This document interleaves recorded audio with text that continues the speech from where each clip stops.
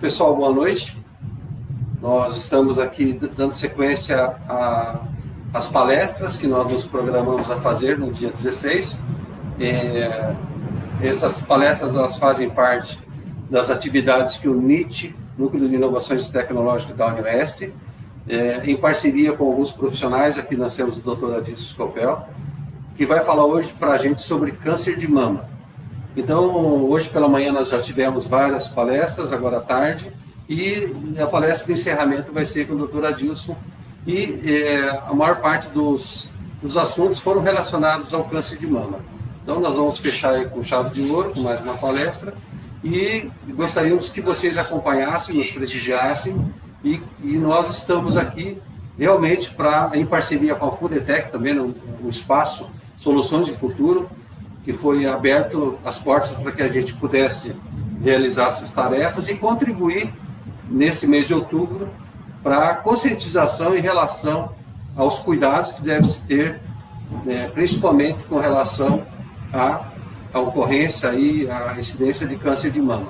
Então, vou passar a palavra para o Dr. Adilson e continuemos aí a nossa palestra. Eu agradeço ao Sérgio pelo convite e ao NIT pela oportunidade que nos dá de poder comunicar aos espectadores, aos que virão a ver esta filmagem, esta apresentação, porque nós estamos diante do câncer de mama, que é uma doença de extrema importância e relevância à sociedade por seu alto grau de mortalidade.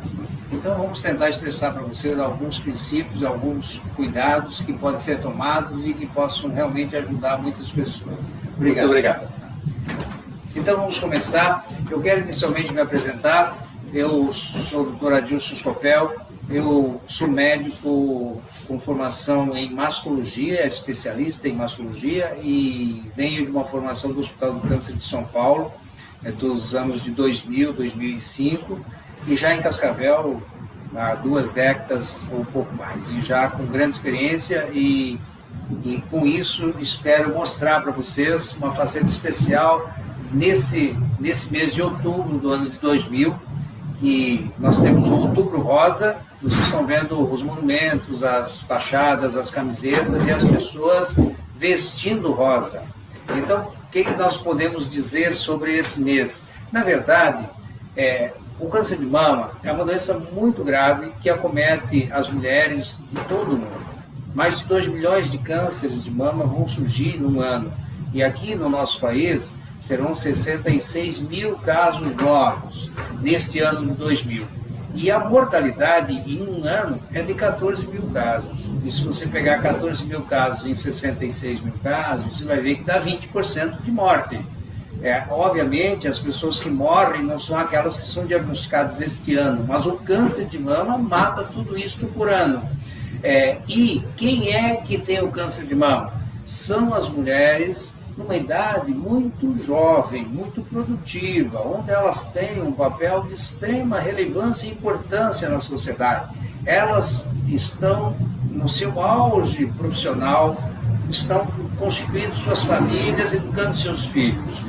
O câncer de mama ele é mais incidente entre a idade de 45 e 55 anos. Eu lhe pergunto o que uma mulher está fazendo na sua vida aos 45 e 55 anos. Ela está no auge da carreira dela. E é quando o câncer de mama a acomete. E, nesse sentido, o prejuízo à sociedade no adoecimento dela e, eventualmente, na perda dela é muito grande. Este sofrimento, ele não é única e exclusivamente da pessoa, da mulher, mas sim de todo esse contexto que ela estará exercendo nesse momento, nessa sociedade, nesse cunho familiar, social e profissional que ela está inserida. Então, por isso, o Outubro Rosa, ele nada mais é do que um mês escolhido, e ele iniciou essa campanha, pode passar o próximo slide, por volta de 91, nos Estados Unidos, uma corrida para a vida de uma pessoa que tinha tido câncer de mama e disse, não, vamos pegar o outubro e vamos falar de câncer de mama, para que mais mulheres possam lembrar dessa doença e possam, então, eventualmente diagnosticar a doença. E lá começou uma movimentação.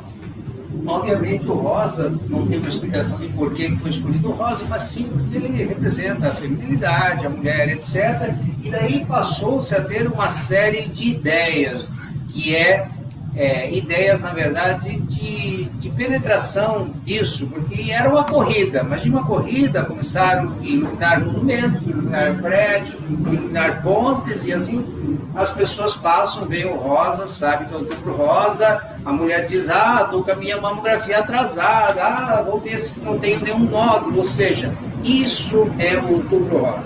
O Outubro Rosa, desde o início, pode passar a próxima, desde o início, eles firmaram que nenhuma entidade e nenhuma associação ou empresa vai ser proprietária legal do movimento Outubro Rosa. Se você quer fazer Outubro Rosa, pode fazer, você também, ninguém é dono.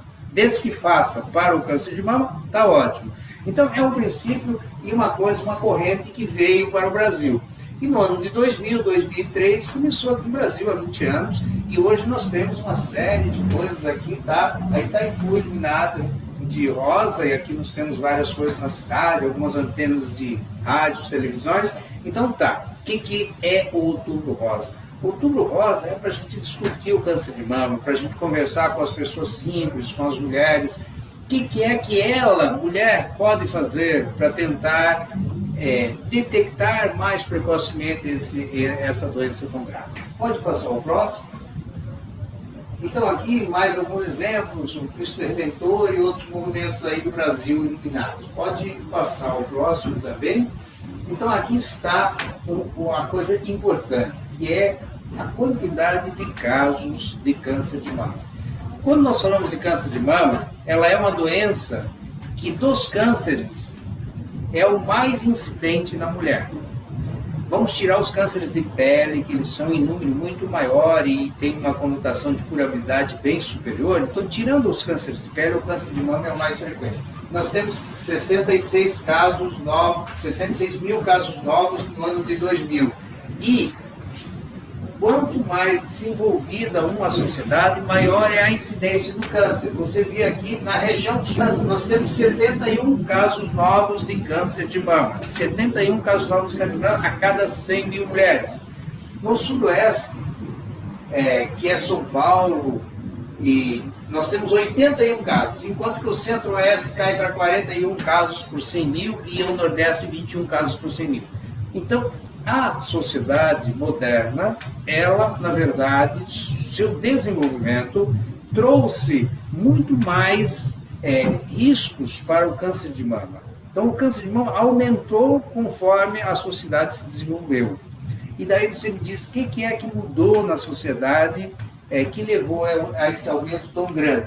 Isso aconteceu aqui na região sul, que tem um desenvolvimento maior, mas aconteceu nos Estados Unidos, aconteceu na Europa. E aconteceu porque nós mudamos nossos hábitos de vida.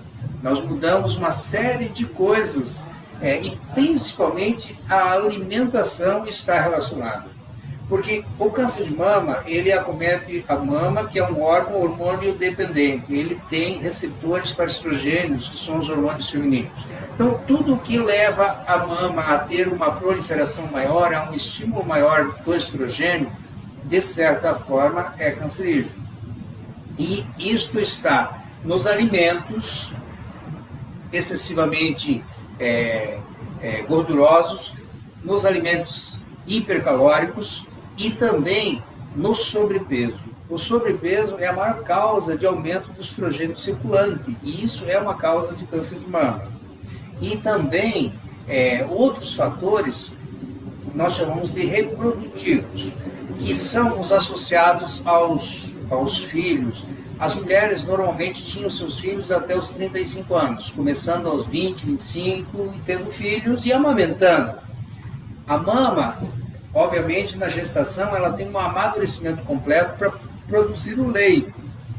Se a mulher não tem nenhuma gestação e o curso vai andando até ela atingir 30 anos, vamos dizer que desde a puberdade dela até os 30 anos, essa mama tentou sempre amadurecer para produzir leite, mas nunca teve filho, então não amamentou. Então ela não teve uma maturação completa. E a gente sabe que aumenta em pelo menos uma vez o risco de câncer de mama as mulheres que não amamentam até os 30 anos ou que amamentam após os 30 anos. Isso é uma situação. E também nós sabemos que quanto mais ciclos menstruais uma mulher tem durante a sua vida, ela também corre mais riscos de ter câncer de mama. Você veja só, são coisas que nós não estamos pedindo para as pessoas mudarem, porque a sociedade moderna caminhou para isso, e isso é um fato, não é o que pode ser modificado. Nossa vovó tinha 15 filhos, 12 filhos, e ou ela estava dando de mamar, ou ela estava grávida, então menstruação ela não tinha. Nossa mãe já teve 5 filhos, então ela já tomou anticoncepcional, etc.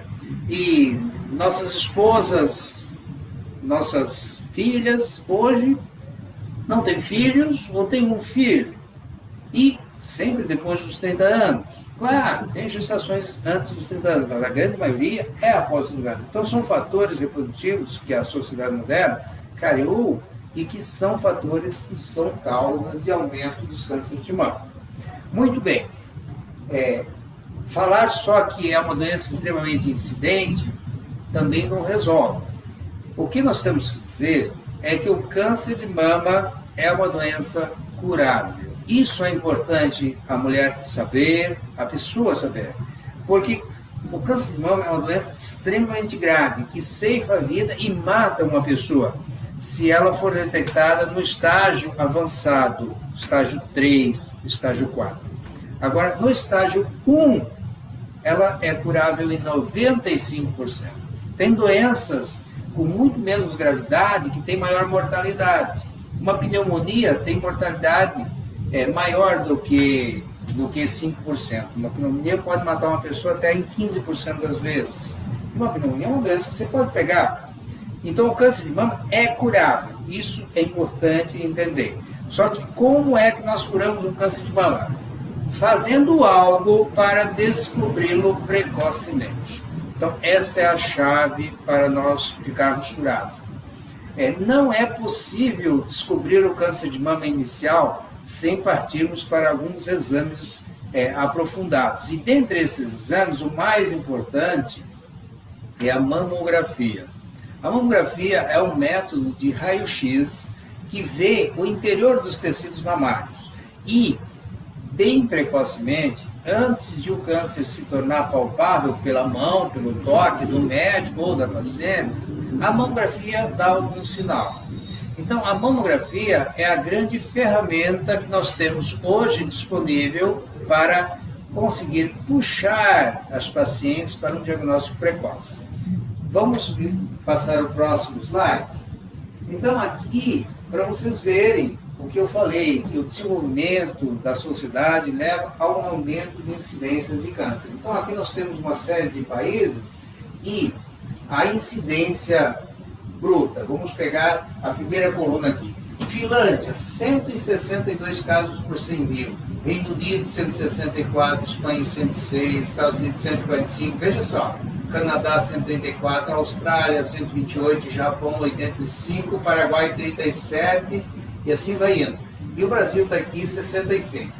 Aqui colocamos números menores para vocês entenderem que tem países aí que estão com menos casos. Então, quer dizer, o que essas sociedades têm de diferente ou parecido conosco? É que elas são sociedades extremamente desenvolvidas e toda essa modificação que eu citei, ela já está inserida lá. Tá? Então, o número de incidentes de casos de câncer de mama no Brasil ainda é de aumento. Nós estamos com um aumento absoluto de casos de câncer de mama por 100 mil habitantes, porque nossa sociedade ainda não está madura como essas outras que eu citei aí. Então, ainda estamos numa fase de aumento. Hoje, os Estados Unidos e o Canadá, eles não reduziram a incidência, mas eles estão tratando esses casos aqui, 90% deles estão sendo tratados no seu estágio 1. Então, essas mulheres que estão adoecendo lá, que são em maior número, elas estão ficando curadas. E o objetivo nosso, como não temos nenhuma solução mágica que podemos oferecer para as mulheres não terem o câncer de mama, o mais triste de dizer é que nós não temos nada que nós possamos oferecer para evitar o câncer de mama. A única coisa possível para oferecer à mulher é dizer para ela que o quanto mais saudável ela estiver, menor é o risco dela. Se ela estiver sem sobrepeso, fazendo exercício físico, com uma dieta balanceada, ela então estará protegida um pouco, porque ela evita alguns fatores que nós sabemos que interferem. Mas isso é muito pouco, porque o que eu citei faz bem para tudo. Faz bem para o coração, faz bem para o intestino, faz bem para tudo. Então, quer dizer, os cuidados hoje para evitar o câncer de mama, eles ainda não existem. Nós somente temos condições de trazer diagnósticos precoces, para que esses casos de câncer que surjam, nós os diagnostiquemos no estágio 1. E eles, com os tratamentos hoje já completamente conhecidos, vamos atingir a cura de 95%. Tá. Compreendido isso, vamos ao próximo slide. Aqui é um slide que demonstra a mortalidade por câncer de mama conforme a idade e conforme os anos. Então, vamos pegar o 2014, que é a data atual. Sempre os cânceres vão ter maior número de incidência nas pacientes mais idosas. Então, o vermelho são pessoas entre 70 e 80 anos. Os cânceres, de forma geral, eles são mais incidentes quanto mais idade. Nós sabemos que o pico de incidência do câncer de mama vai se dar aos 55, depois ele vai começar a cair. Mas ele vai dar casos aos 80 e vai ter casos aos 35 anos também. Tem que entender que casos precoces também ocorrem. Depois vamos entrar num parêntese, principalmente da mulher muito jovem com câncer de mama. Vamos adiante. Aqui são os fatores de risco para o câncer de mama. O que são fatores de risco? É que tiram a mulher de uma posição normal de risco para uma posição aumentada de risco. Então, esses fatores aumentam os riscos para o câncer de mama. Mulheres que fazem uso de estrogênio exógeno ou com uso endógeno, tipo a obesidade, outros fatores que aumentam o estrogênio, é um fator. A história da primeira menstruação antes dos 10 anos ou 11 anos é um fator de aumento de risco, porque quando ela tem a primeira menstruação muito cedo, com a exposição da mama dela ao estrogênio, ela se inicia 3 anos antes de uma menstruação que a gente espera numa menina de 13, 13,5, que seria a idade normal. As mulheres que vão ter a sua última menstruação, a menopausa, aos 55 anos e passa acima dos 55 anos, ela aumenta o risco do câncer de mama. Na primeira gestação, após os 30 anos, é aquele fator da amamentação que eu já tinha citado, e também a paciente que nunca tem filhos, no caso nula e paridade, nunca tem filhos, ela também tem uma chance aumentada de câncer de mama. A terapia de hormônios depois da menopausa, a chamada tratamento para a menopausa. A menopausa é uma situação que ocorre na mulher quando o ovário para de produzir estrogênio. E a mulher tem alguns sintomas que são desconfortáveis, são calorões e outras coisas bem intensas. Então, a reposição de estrogênio, que é o tratamento, ela pode expor a um aumento de risco de câncer de mama. Vamos também dizer que certas coisas nós devemos fazer mesmo se sabemos que possa aumentar, desde que tomamos os cuidados adequados no uso desse tipo de ferramenta. Ficou comprovado que a ingestão de bebida alcoólica regular por uma mulher aumenta o risco de câncer de mama. Não existe um mecanismo metabólico, etc., que possa ser justificado, porque o álcool ele é um açúcar, e ele é um açúcar que é degradado no fígado, e ele produz uma série de cetonas e outras coisas que têm alguma ação na mama. E se conseguiu estatisticamente comprovar que o uso frequente da bebida alcoólica pelas mulheres aumenta o risco. o sobrepeso na pós-menopausa e a exposição à radiação ionizante. A radiação ionizante é o seguinte, que hoje a radiação nós utilizamos para tratar vários tipos de doenças, principalmente uma doença chamada linfoma, que acomete crianças. Então, às vezes, as crianças devem receber radioterapia no mediastino para matar o linfoma na infância. Então, aquelas meninas que recebem radioterapia na infância, antes da puberdade, ou entre 12 e 14 anos, naquela fase de puberdade, elas aumentam muito o risco de câncer de mama. Então, quando nós rastreamos essas situações, nós entendemos o que o meio exógeno pode causar câncer. Mas nós agora temos uma ampla e longa pesquisa onde se detectaram uma série de genes que são associados a um maior risco de câncer de mama. Desses, o HER2 e HER1 são os dois mais bem estudados e mais bem confirmados com a associação ao câncer de mama. E isso, hoje temos painéis genéticos que podemos fazer em pessoas e delimitar um grau de risco para o câncer de mama. Quem é que nós indicamos esses exames? Porque, obviamente, são genes que se transmitem de gerações em gerações. Então, quando existem históricos familiares de câncer de mama, onde temos 1, 2, 3 ou 4 casos em gerações contínuas, nós achamos que a paciente pode ser portadora de um gene alterado, com alguma deleção, alguma predisposição. E fazemos, então, um estudo genético procurando alterações nesses dois genes. Agora nós temos mais 4 grupos de genes também que estão associados a câncer de mama em profundo desenvolvimento de estudos. Tudo para podermos dar um rastreamento mais pontual. Porque nós estamos chegando à conclusão que fazendo o trivial que estamos fazendo, que é o rastreamento com mamografia, avaliando as lesões e tentando chegar à doença, ela ainda não tem avançado desde que o método surgiu. O método surgiu no ano de 80, se consolidou no ano 90, 2000 para frente, a todo vapor a mamografia. Ela reduziu a mortalidade em 30%. A mamografia reduziu a morte por câncer de mama em 30%, porque ela trouxe esse monte de casos de câncer de avançados para iniciais. Então, as pacientes ficaram curadas. Ela não diminuiu a incidência. A incidência continua aumentando, mas nós começamos a curar e as pacientes viver 30% de chance maior. Agora, com os painéis genéticos, o que nós queremos? Nós queremos pegar uma paciente saudável e conseguir definir nela um grau de risco, um risco leve, um risco moderado e um risco intenso para ter o câncer. Daí, aquelas pacientes que vão estar no risco moderado a intenso, vamos dar uma modalidade de rastreamento para elas diferente das que têm baixo risco. Então, o painel genético, no momento, ele está caminhando nesse sentido. Muitas pessoas perguntam, será que não vai existir um remédio para evitar o câncer de mama? Seria o sonho do mundo, descobrir alguma coisa que pudesse fazer com que garantíssemos que a paciente de médio e alto risco não desenvolvesse o câncer. Hoje, o que está se fazendo com uma paciente de alto risco de ter câncer nas mamas?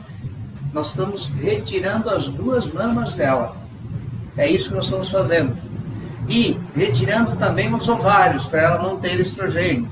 Então veja o nível da agressividade do tratamento que hoje está preparado para essa paciente. Então tudo isso no século 21, 2020, e ainda temos todas essas respostas ainda a conseguir. Pode passar o próximo. A prevenção. Fatores hereditários associados ao câncer são esses que eu falei da presença do câncer em outras gerações. Sempre valorizamos mais quando é um parentesco de primeiro grau. Vamos considerar mãe e irmã. Mãe e irmã é sempre maior o risco. Pode passar o próximo. Descoberto, no início, 95% de cura. Quanto mais cedo, mais eficaz o tratamento. Então, a conscientização é chave. Porque nós, por incrível que pareça, por mais que oferecemos mamografias anuais, por mais que os serviços públicos tenham mamografia, por mais, ainda 30%, 40% das mulheres vão ao consultório médico dizendo que eu palpei um nódulo. Então, quem fez o diagnóstico não foi o médico e nem a mamografia, mas foi ela que palpou o nódulo. Então, por que é importante a gente falar que o autoexame ainda é uma ferramenta de fundamental importância para o controle da doença chamada câncer de mama? Porque muitos dos diagnósticos ainda estão ocorrendo com a própria paciente fazendo o seu diagnóstico, a sua suspeição. Muitas vezes, o que uma paciente palpa não é nada. Mas o que nós dizemos para as pacientes? Que ela deve palpar a sua mama uma vez por mês. E nós damos até data para ela fazer. Deve ser sempre após a sua menstruação, porque a sua mama está menos inchada e mais fácil de ser palpada. Então, acabou seu fluxo menstrual, é os dias que você deve examinar a sua mama.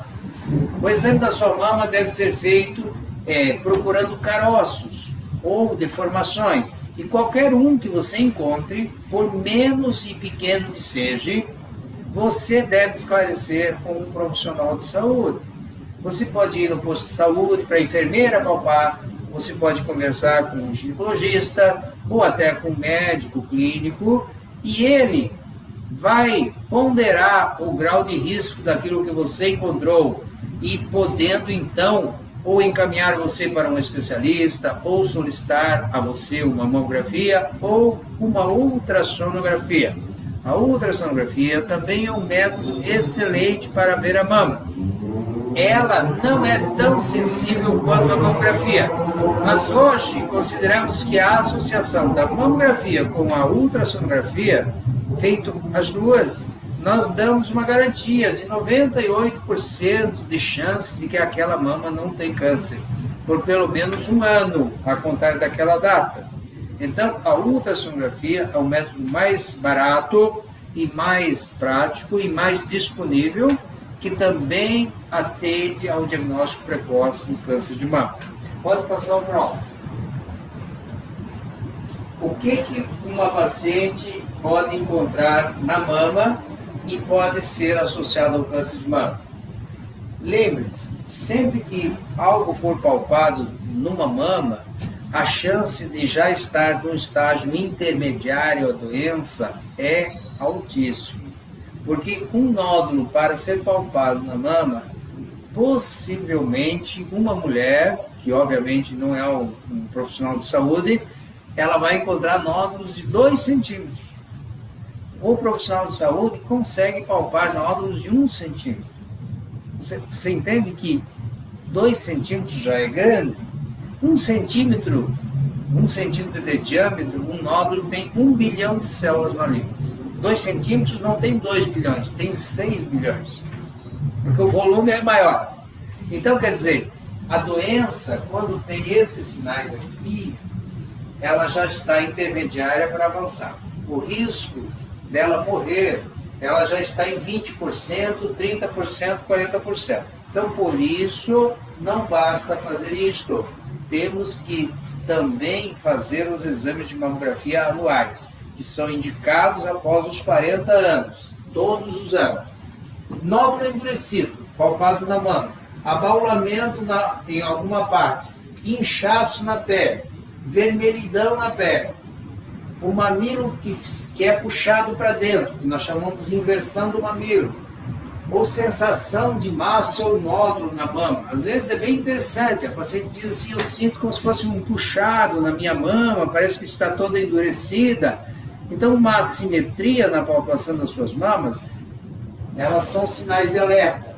Sensação de nódulo, aumento nas axilas, a pele que se afunda da mama, secreções no mamilo que tem coloração esbranquiçada ou sanguínea, o braço pode inchar e a dor na mama e no mamilo, a gente colocou aqui, mas a maioria das vezes a dor não está associada ao câncer. Então, graças a Deus, e é muito frequente as mulheres sentindo dores na mama após a menstruação, alguma fase do seu ciclo menstrual. Então, eu diria assim, não se assuste, a dor na mama é um sintoma tardio do câncer de mama. A maioria das vezes ele está associado ao ciclo menstrual ou alguma outra situação não maligna. Bem, citei isso aqui, eu nem me lembro mais o que você me disse. Isso é perfeito, não é para você lembrar disso. É para você fazer seu autoexame e conhecer a sua mama. Conhecer a sua mama, porque se você conhece a sua mama, se num certo dia você palpa algo que você não palpava nos meses anteriores, é algo que mudou. E se algo que mudou, é o fato que vai levar você ao médico. Então aproveite em sempre esclarecer com o seu médico quando vai fazer a sua consulta preventiva, dizer assim, olha, doutor, eu sempre palpo isso na minha mão, o que o senhor acha? Pode ser alguma coisa? Ele vai lhe ensinar que aquilo é tecido mamário, que aquilo é isso, você vai conhecer, você só tem que conhecer a sua mama. Os médicos têm que conhecer todos os princípios, porque vão examinar vários pacientes. Você vai conhecer a sua mama. Então, é isso que eu digo para os pacientes. Faça seu autoexame, tente manter uma certa regularidade e não esqueça de esclarecer qualquer dúvida, mesmo que ela não seja nada. As mamografias e os ultrassons serão os profissionais que pedirão. Você, a princípio, para não esquecer, é que aos 40 anos se deve começar a fazer exames regulares anuais, tá certo? Mas se você tiver 35 anos e tiver alguma sensação ou tiver um histórico familiar muito forte, de 2 ou 3 casos, talvez aos 35 anos você já esteja indicado a começar. Mas 40 anos é a chave. Pode passar o próximo.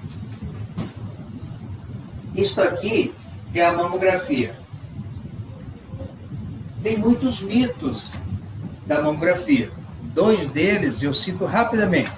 Mamografia é raio-x. Se é raio-x, pode dar câncer? É uma radiação? Então, eu digo para vocês que a dose hoje para se fazer uma mamografia é extremamente baixa. E nós consideramos que uma paciente faz em torno de 30 a 40 mamografias durante a sua vida. Essa é a meta. Mas é seguro fazer até 150 mamografias e ainda não estar no limiar de causar câncer pela exposição à radiação. Então, a radiação não é causa de câncer de mama. O outro problema da mamografia é que ela é um método que necessita comprimir a mama. Então, isso é um medo e um pavor de muitas mulheres. Muitas mulheres têm a mama muito dolorida, muito sensível. Mas nem é por isso. Elas têm uma preocupação por vários outros tipos de pensamentos, que vai doer, que podem deformar de forma permanente a sua mama e outras mais. Então eu digo para você o seguinte, a mama é um órgão cônico, é um cone, assentado na parede torácica. A base da mama é extensa e o mamilo é pontual, fino. A radiografia, o raio-x, ele tem que pôr o tecido numa espessura idêntica, tanto da base como do ápice. Então, a compressão mamária serve para homogeneizar esse tecido e deixar ele numa espessura idêntica. Aí, quando você tem uma espessura idêntica, você consegue esta imagem aqui.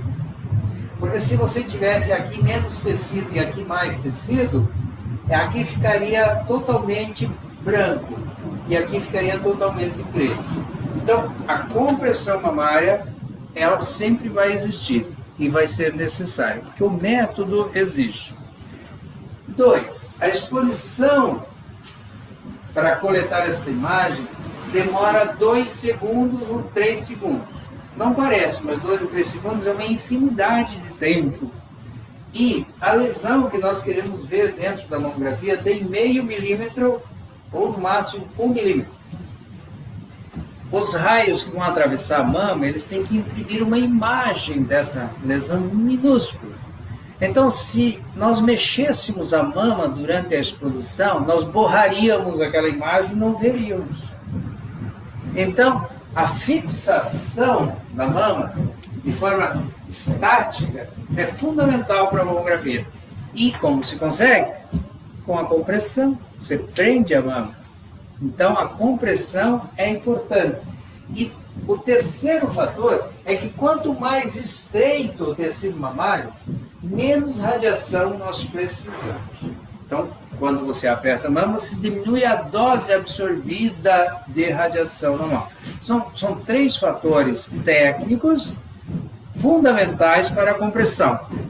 E um fator que é o que deve ser comunicado ao paciente, que por mais ou mais desconfortável seja uma pequena compressão, pode devolver a ela a vida dela.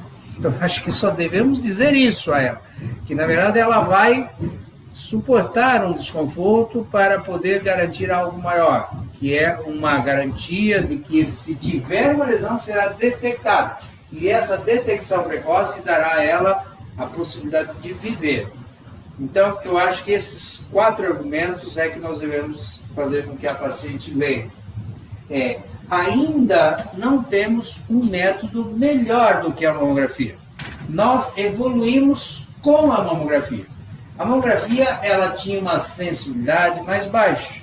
E hoje, com as nossas técnicas de informática e de equipamentos, nós conseguimos mudar algumas coisas. Nós fazíamos uma imagem vertical da mama e uma imagem inclinada da mama. Então, nós tínhamos o que nós chamamos de crânio caudal e oblíqua médio lateral. Agora, nós temos esse mamógrafo aqui, que ele tem uma condição de fazer o que nós chamamos de um rastreamento de 60 graus da mama. Imagine a paciente com essa mama comprimida e este cabeçote de raio-x vir 30 graus para cá e vir fazendo uma série de mamografias até 30 graus negativos. Então, nós fazemos uma coleta de aproximadamente 20, 30, às vezes 40 imagens, que são somadas no computador e daí elas formam uma montagem tridimensional da mama. Isso é o que nós chamamos de tomossíntese. Pode passar a próxima. Então, a mamografia 3D ou tomossíntese é o passo seguinte da mamografia. Só que entendo bem, não mudou a compressão, não mudou nada. Na verdade, a paciente continua no mesmo equipamento, só que um equipamento dinâmico.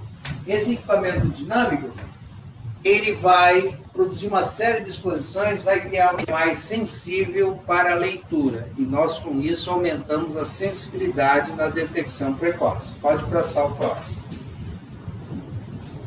Então, tomossíntese é o nome do que vai ser disponibilizado. E mais, pode passar o próximo. Aqui vocês veem, é a mesma paciente. Isso aqui é uma mamografia 2D. Ela tem um nódulo aqui dentro, tá? Tem um nódulo, mas onde é que ele está? Não dá de ver. E aqui está a tomossíntese. Olha aqui o nódulo, como ele é tão claro. Parece que ele salta aos olhos. Porque imagine que esta imagem aqui está criada de 20 imagens olhadas em ângulos diferentes e ela então cria uma clareza da estrutura intramamária. Essas características, elas então estão trazendo para nós, na época atual, como o avanço da mamografia. Mas veja só, nós não mudamos nada a incidência do câncer de mama, nós não mudamos nada o risco da mulher, porque esse nós ainda não sabemos como atuar, porque são múltiplos fatores, são fatores que fogem ao nosso controle, e as forças que os levam, e que nós conhecemos alguns deles, nós não conseguimos mudar. Tá certo? Então, estamos atuando na ponta de detectar precocemente. Vamos para o próximo. Pois aqui, novamente, uma característica, né? Você até nota que parece ter alguma coisa, mas olha a clareza com que aparece no outro método. Próximo.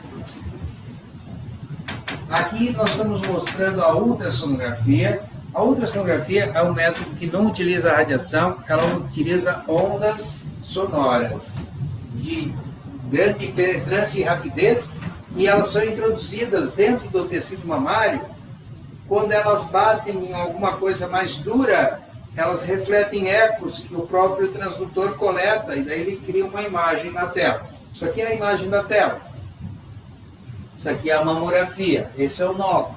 Então, quando você faz a mamografia, aparece assim. Quando se faz a ultrassom, aparece algo assim, sombreado. Pode passar. Olha, isso é um filminho, tenta ver se passa. Vocês vão lendo daí. Isso, a setinha aqui embaixo. Isso aqui, ele vai mostrar o autoexame das mamas, tá? Então, é um filminho bem interessante que vocês já vão gostar.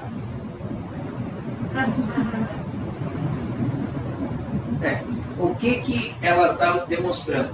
Que a palpação, ela deve ser como se fosse acalcando a mama contra o tórax. A gente não deve fazer o autoexame apertando a mama como se fosse uma pinça, e sim correndo a mama em forma circunferencial. Você pode fazer esse autoexame deitada na cama, que a mama fica espraiada sobre o tórax, é mais fácil palpar a mama deitada. De pé, é melhor palpar na hora do banho, porque daí com o sabonete e a água, fica mais fácil de deslizar os dedos sobre o tecido mamário. Lembre-se que sempre é uma compressão com a polpa dos dedos sobre a mama, correndo sobre as costelas. A costela é a superfície lisa, a superfície dura, e o dedo comprime a mama contra a costela. Daí você sente se tem um caroço. Então, bem interessante aqui o filminho. Depois vemos, vocês veem novamente. Pode procurar na internet, ele está disponível também. Bom, dito isso, a mulher que desenvolve o câncer de mama. O que acontece com a mulher que desenvolve o câncer de mama? Na verdade, a resposta de um diagnóstico de câncer de mama é uma resposta extremamente intensa e extremamente emocional. Porque na mulher, a mama representa a sua feminilidade, ela representa a sua vaidade, ela representa uma série de coisas no seu corpo. E quando ela adoece, o medo da morte, aquele perfil corporal que está desaparecendo, o risco da mutilação, da perda da mama, da perda de parte da mama, então é um furacão de coisas que caem sobre essa mulher.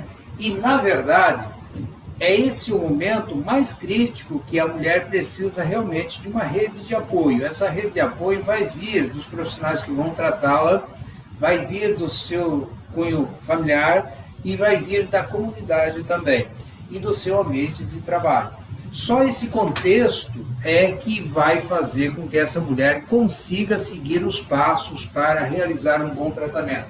E lembre-se, o câncer de mama é uma doença curável, muito frequentemente curável. Agora, quais casos ficarão curados? Os que terão um tratamento de excelência. Tem que ser bem tratado. Um caso mal tratado vai recidivar. E um caso que eventualmente seja diagnosticado já em uma fase mais avançada, o risco de voltar é maior. Mas também tem tratamento até o avançado. Pode passar o próximo.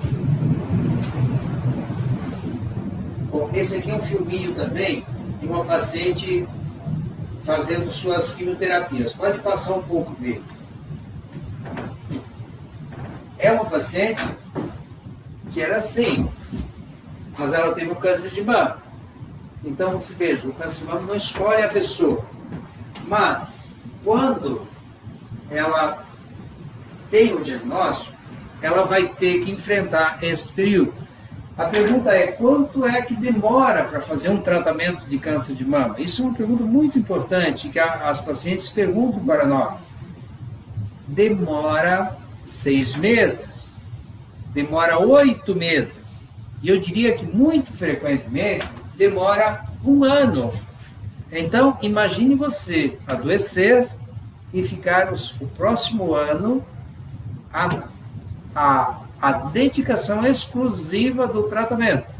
E digo uma coisa muito importante, que quando se tem um diagnóstico de uma neoplasia, de um câncer, é mais importante o tratamento do que tudo o resto na sua vida.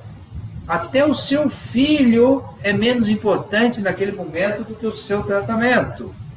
É incrível dizer isso, mas se você não fizer um bom tratamento, você morrerá e não cuidará do teu filho mais. E se você fizer um bom tratamento, dedicar-se a um bom tratamento, você se curará, você permanecerá com teu filho para sempre, até o final da sua vida. E aquilo será só uma história do passado. Então, eu sempre digo para as pacientes, naquele dia que elas chegam, que a gente tem uma biópsia positiva e tem que falar para elas que elas estão com o câncer de mama.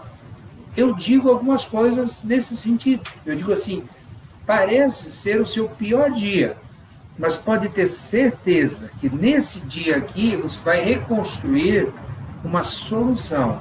Você vai trilhar um caminho que demora, tem um monte de dificuldades, mas lá no final você vai ser outra mulher, 2 vezes ou 10 vezes mais forte do que você está hoje. E você não vai ser abandonada por ninguém nesse percurso. Todos te apoiarão. E você busque forças dentro de você para superar esse momento. E é óbvio que a tristeza, a angústia, pode passar ao próximo, elas se instalam de forma profunda. Um apoio psicológico, um apoio de toda a natureza sempre é importante. E as respostas das pacientes a esse diagnóstico, eles são muito variados. Pessoas que têm uma visão mais proativa, mais positivista, e pessoas mais negativas e até com uma descrença na solução. Mas nós não fazemos a diferença. Nós, na verdade, tentamos trazer essas pacientes para uma consciência plena das suas doenças e uma consciência plena das suas possibilidades. E ponderando dentro desse seu entendimento que para se ter um resultado exige-se uma dedicação e restará uma sequela estética, uma sequela emocional, e que ela tem que trabalhar isso num contexto de superação, porque uma sequela, uma cicatriz, uma ausência de uma mama é um problema que tem que ser absorvido e com valores de cada pessoa, de cada situação, ser superado e buscado soluções possíveis. Uma reconstrução mamária pode ser feita, restitui uma mama, mas restitui uma mama reconstruída. Ela será diferente daquela mama que era dela. Mas, às vezes, vai ficar muito boa, às vezes não fica tão boa, e assim sucessivamente. Então, tudo isso tem que ser trabalhado e a paciente passa por um tormento, e esse tormento nós temos que conduzi-lo na sua energia positiva, para que ela saia, realize o tratamento e fique curada. Vamos adiante. Pode passar o próximo, vamos andar um pouco mais depressa, estamos no adiantar da hora. Bom, pode passar o próximo, foi basicamente o que eu comentei, que a aversão que o câncer de mama tem nas mulheres é porque traz à tona todo tipo de sentimento de perda de vida, de deixar seus filhos, de não conseguir construir seu projeto profissional e N outros problemas que surgem. Então, o fator emocional da carga do câncer de mama é muito grande. Próximo. Como eu estava dizendo, a paciente é tudo isso aqui. Ela é mãe, esposa, trabalhadora, chefe de família, cidadã, e nesse momento ela tem que parar com tudo isso aqui e só fazer um tratamento de um câncer. Então, é dramático. Pode passar próximo. Ela é uma doença estigmatizante, sem dúvida nenhuma. Hoje, muito superado, porque imaginem as mulheres com câncer de mama 15 anos atrás. 15 anos atrás. Elas literalmente ficavam carecas fazendo quimioterapia, elas não saíam na rua, elas ficavam em casa. Porque é muito difícil aceitar uma mulher sem cabelo, de lenço, ela era perceptível, porque ela fica sem supercílios, ela é perceptível que ela está doente. E hoje não, hoje você tem uma visão até de solidariedade, e quando você encontra uma mulher com lenço, careca, uma situação que hoje a sociedade abraçou mais já essas mulheres. Então já é bem diferente hoje. É muito mais adequada a situação hoje das outras pessoas do que era há 15 anos atrás. Próximo. Pode ir passando. É normal, quando alguém tem um diagnóstico de câncer de mama, num primeiro momento, uma negação, não acreditar que aquilo está ocorrendo com ela. Porque todos nós, quando temos um impacto muito negativo, a gente não quer acreditar que possa estar acontecendo conosco. E isso acontece também no diagnóstico de um câncer. Não só do de mama, como os outros também. Mas, diante da situação irreversível e das provas contundentes do estudo histopatológico, que é irreversível o diagnóstico, existe uma aceitação. Mas junto com a aceitação, existe uma depressão. Pode passar o próximo. Pode passar o próximo. Depois dessa depressão, essa paciente, então, ela resgata energia para construir o enfrentamento. O que é o enfrentamento? É quando você encontra a paciente, uma semana depois, um mês depois, ela vem com aquela garra, dizendo assim, quero fazer a cirurgia, quero fazer a quimioterapia, quero concluir essa radioterapia, entendeu? Ela não tem mais aquele detalhe, se o cabelo caiu ou não caiu, isso já não é mais importante. Ela já construiu o enfrentamento da doença. Pode passar adiante. Pode passar. Vamos. Esses são os medos que a paciente, na verdade, tem, né? Pode passar próximo também. Depois que ela começa a encontrar esse enfrentamento, as energias são suficientes para que ela supere. E ela vai construindo dentro dela uma outra pessoa muito mais forte do que aquela primeira. Ela repensa tudo e ela cria novos valores em outros níveis. E isso que vai repercutir em toda a vida dela, familiar, profissional, etc. Porque ela passa, naquela experiência tão negativa e tão difícil, ela passa a construir uma nova pessoa dentro dela. Pode passar o próximo.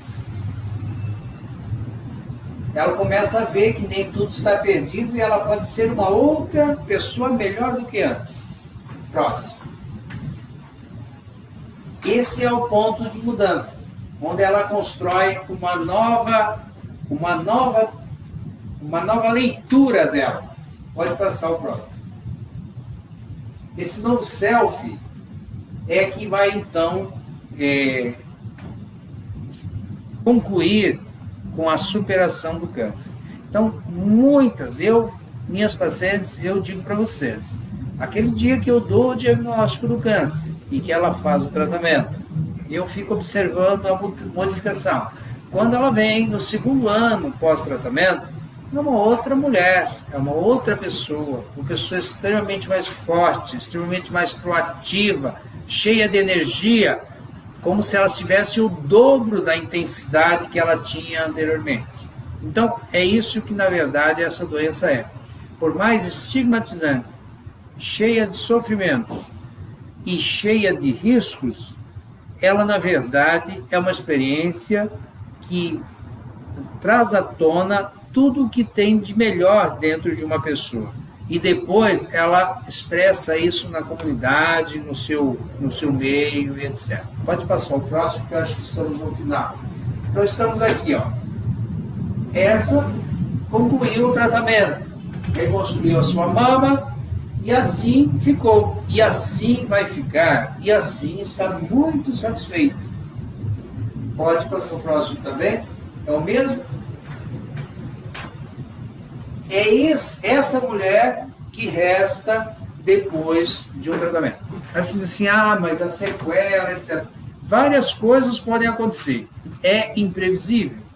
Às vezes, uma paciente tratada de câncer de mama fica tão perfeita a mama que não nota-se nem que foi feito o tratamento.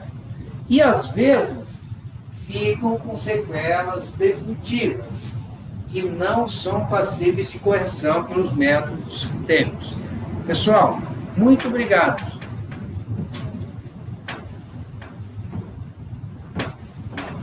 Pessoal, gostaria de agradecer, então, a presença do Dr. Adilson.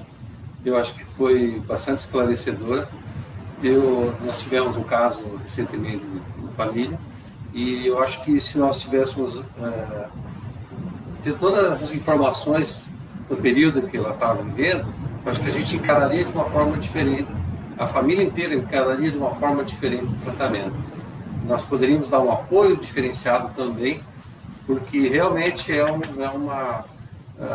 todo esse processo, como foi construído, como foi demonstrado, não é um processo fácil, é um processo que, no primeiro momento, sai o chão, tá? Mas, assim, a pessoa ela está superando muito bem. Então, mas, assim, o que falta, principalmente, eu acho, nas famílias é informação. E essa informação você trouxe para nós hoje de uma forma bastante positiva, mostrando que realmente não é, nem sempre o diagnóstico é o fim, apesar de ser assustador, mas ele às vezes te leva, e você superando isso, você vai ser uma pessoa muito melhor. Exato. E nada como um apoio, como a informação da família para ajudar a superar esse momento. Gostaria assim, novamente de agradecer a Fundetec, que abriu esse espaço para que a gente pudesse estar colocando essas palestras hoje, que foram bastante esclarecedoras. Os vídeos vão ficar disponíveis, depois a gente vai colocar no Face, do Meet, no Instagram, para que as pessoas possam rever.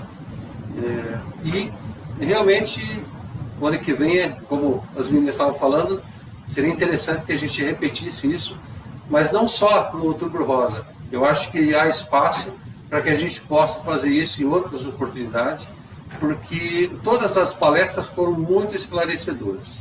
Então, novamente, aí o meu muito obrigado para as pessoas que acompanharam aí, pelo meu Facebook, pelo nosso Instagram, pelo Facebook também do Núcleo de Inovações Tecnológicas, e uma boa noite para todo mundo. Obrigado a vocês por terem me convidado. Ok, muito obrigado. Muito bem. Selma, Gabriel, espero não ter cansado você. Cheguei na metade, mas olha... Não, cansado nós